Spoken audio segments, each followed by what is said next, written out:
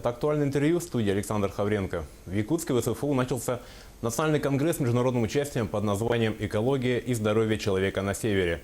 Почему эта тема актуальна для ученых, медиков, экологов и от каких факторов зависит наше здоровье? Сегодня мы поговорим с Николаем Гоголевым, директором мединститута СФУ имени Максима Кировича Амосова. Николай Михайлович, здравствуйте. Здравствуйте, Александр. Судя по программе Международного конгресса, круг вопросов, которые будете обсуждать, очень широк. От школьного питания до влияния космоса на здоровье человека. Расскажите, пожалуйста, кто принимает участие в работе конгресса и какие главные задачи вы ставите перед собой?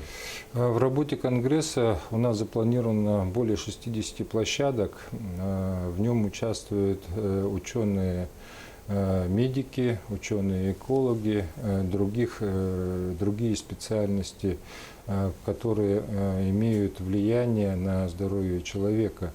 В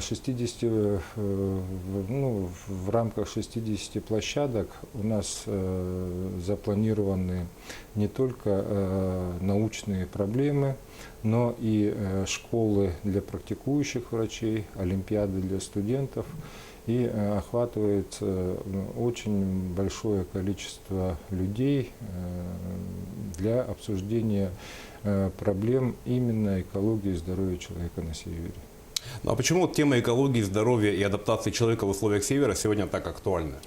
Хочу, Александр, вам сказать, что в 1957 году, когда организовывалось именно медицинское отделение при тогда еще биогеографическом факультете, уже были поставлены задачи по влиянию климата, экологии человека на севере, изучения значимых заболеваний в тогда еще Якутской автономной Советской Социалистической Республике. И эти проблемы актуальны до сих пор, ввиду того, что у нас сейчас идет очень большие, можно так сказать, направления для освоения Дальнего Востока, Арктики. И сейчас это становится еще более актуальным. А какие наиболее значимые исследования и открытия сделали ученые за последнее время в этих вопросах? Здесь надо сказать, что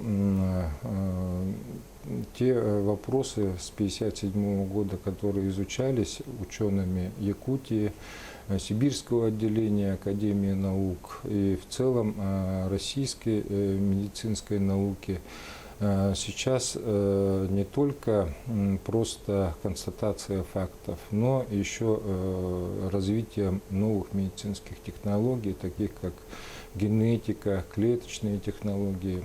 Оно дало дополнительный стимул, дополнительный шаг для нового изучения всех этих адаптационных механизмов, которые есть у человека.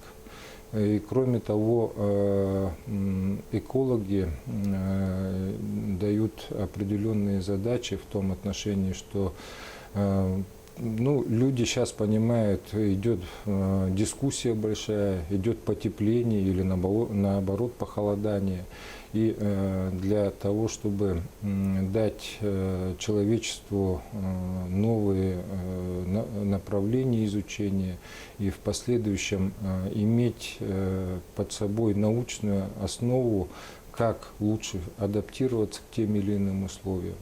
Очень поставлены большие, грандиозные задачи президентом Российской Федерации, правительством об освоении Дальнего Востока, Арктики.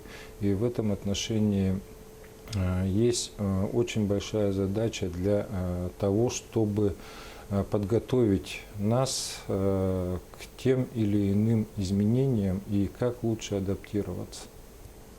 Существует множество мифов о жизни на севере, от того, что мы здесь чаще болеем простудными заболеваниями, или что предрасположены к алкоголизму, что у нас плохое зрение из-за длинных полярных ночей.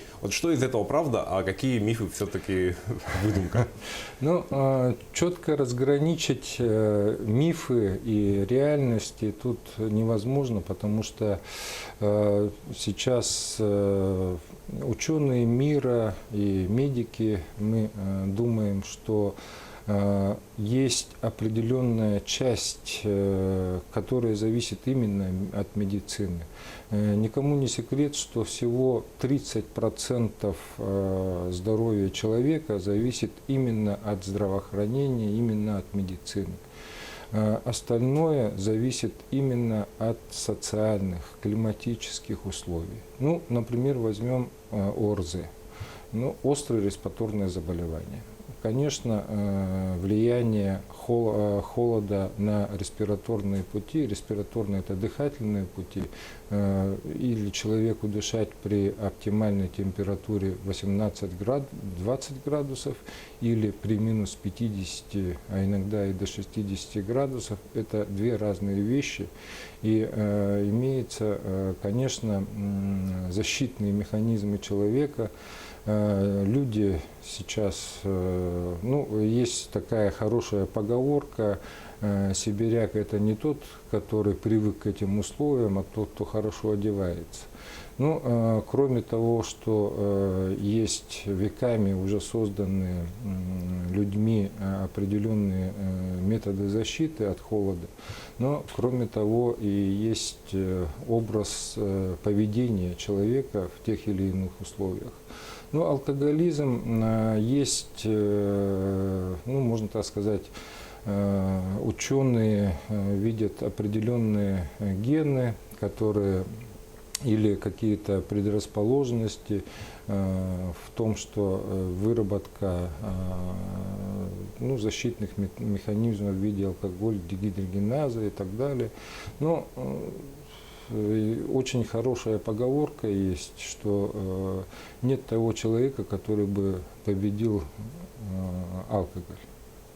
Поэтому, может быть, даже те механизмы человека для адаптации, то, что алкоголь, например, говорят, что он согревает, это миф, большой миф, он просто ослабевает какие-то барьерные функции и так далее. У человека просто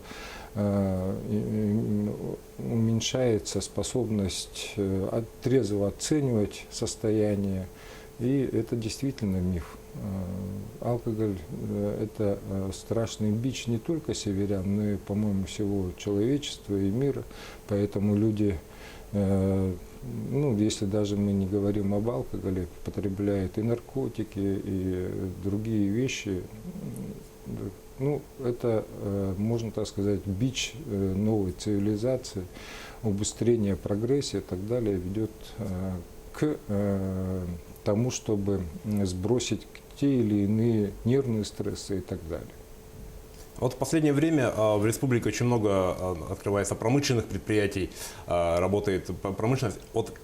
Как это сильно влияет на экологию и на здоровье? То есть ухудшилось ли за последнее время здоровье северян? Здоровье населения северян в настоящее время, оно мало, можно так сказать, зависит от, как мы сейчас говорим, промышленного освоения. Есть, конечно, моменты, когда идет вскрытие тех или иных руд. Да, возможно, это воздействует на население, но и раньше, в период освоения тех или иных месторождений и так далее, это все равно сопровождалось определенными нюансами в поведении. Проведение железной дороги, открытие новых месторождений нефти, газа и так далее, конечно, ведут изменению поведения населения именно на местах. Например, если месторождение где-то нашли, а это была территория, например, охотничьих угодий и так далее, да, оно, как понимаете, имеет тенденцию к изменению уклада жизни населения на местах.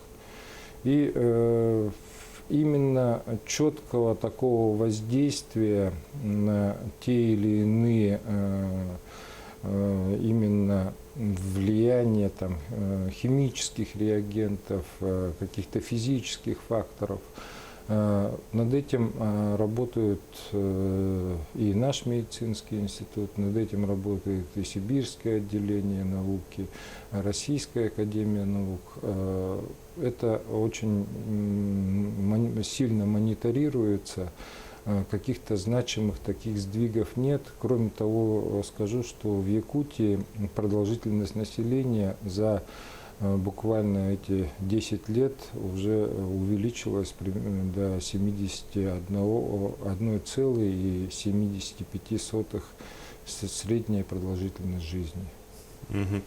Сегодня очень много говорят о необходимости развития Дальнего Востока, Севера, привлечения людей на северные территории.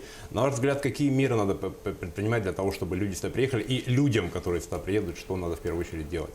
Ну, я немножко ответил на эти вопросы, но на этот вопрос, скажу, что нужно делать человеку. Человек должен, мое мнение, что он должен быть готов к экстремальным условиям. Мы недаром являемся рекордсменами в перепаде температур от плюс 40 примерно до минус 60, это 100-градусные перепады температур. Кроме того, имеется и давление, перепады давления, что, можно так сказать, не очень хорошо действует вообще на организм человека. Эти климатические условия являются резко континентальными, и в этом отношении для освоения территорий нужно создать, я считаю, очень хорошие социально-экономические условия. Люди сейчас, мы без интернета, без телефона, никуда. И в этом отношении, я считаю, что правительством России, республики проводится все, целый национальный проект «Цифровая экономика». Кроме того, есть департамент по развитию Дальнего Востока, есть по территории, и в этом отношении я считаю, что это в основном социально-экономические задачи. Спасибо большое, Николай Михайлович. Надеемся, что Конгресс пройдет интересно и будут приняты очень важные и полезные для нас резолюции. Спасибо, Александр. Это было актуальное интервью о вопросах экологии и здоровья человека на Севере. Мы разговаривали с Николаем Гоголевым, директором медицинского института СВФУ имени Максима Кировича Амосова. Всего доброго.